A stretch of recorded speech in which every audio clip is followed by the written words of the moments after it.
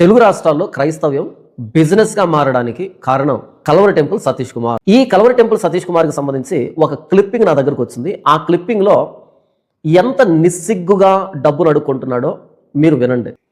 అనగా ఒక వ్యక్తి మందిరానికి వచ్చి ప్రశాంతంగా కూర్చుని వాక్యం విని రక్షించబడాలి అంటే 20,000 రూపీస్ ఖర్చు అవుతుంది. వీళ్ళు ఎవరైనా సరే ప్రభువా నేను ఇచ్చేటటువంటి ఒక వ్యక్తి మందిరానికి వచ్చి కూర్చొని వాక్యం విని రక్షణ పొందాలి అంటే 20,000 రూపీస్ అవుతుంది.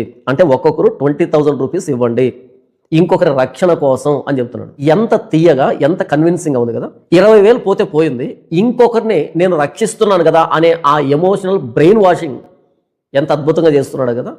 డబ్బు అడుక్కోవడంలో ఈయనే సాటి. 20,000 రూపాయల వల్ల ఎవరో ఒకరు వచ్చి ఆ మందిరంలో కూర్చొని రక్షించబడితే అంతకంటే నాకేం కావాలి? అతను ఒక్కడే వచ్చి కూర్చుంటాడు అక్కడ, అదే స్థలంలో మరొకరు వచ్చి కూర్చుంటారు, అదే స్థలంలో మరొకరు వచ్చి కూర్చుంటారు, అదే స్థలంలో మరొకరు వచ్చి కూర్చుంటారు, అలా సంవత్సరాలు కూర్చుంటారు. మనం ఈ లోకయాత్ర ముగించి పరలోకానికి వెళ్ళిపోతాం, కానీ నువ్వు కొన్నటువంటి ఆ స్థలంలో కూర్చున్న వాళ్ళు కూర్చున్నట్టుగా రక్షించబడుతూనే ఉంటారు. మరి పరలోకానికి నీ సహాయం వల్ల చేరుకుంటూనే ఉంటారు.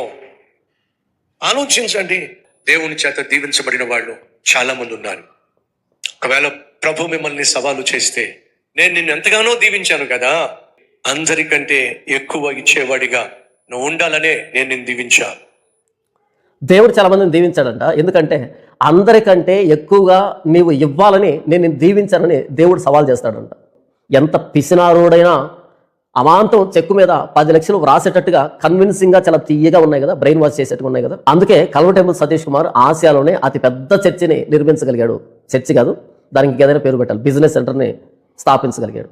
దీంట్లో లాసెస్ ఉండవు. మిగతా ఏ బిజినెస్ అయినా తీసుకోండి, అప్స్ అండ్ డౌన్స్ ఉంటాయి. కానీ భక్తి విషయంలో డౌన్స్ ఉండవు, అప్సే.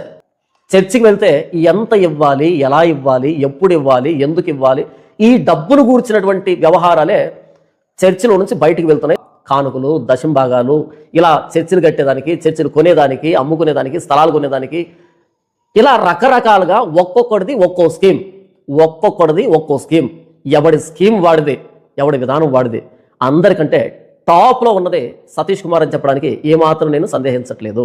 ఇప్పటికే క్రైస్తవం పట్ల సమాజంలో ఉన్నటువంటి వ్యతిరేకత, ఆ విరక్తి చాలనట్టుగా ఇలాంటి వీడియోలు సోషల్ మీడియాలో తిరుగుతూ ఉంటే ఉన్న కాస్తో కోస్తో పరువు కూడా బజారు పాలవుతుంది క్రైస్తవానికి సంబంధించి. క్రైస్తవ్యం అంటే ఇలా సమాజాన్ని దోచుకోవడమేమో అనేటట్టుగా బయట వాళ్ళు అర్థం చేసుకుంటారు.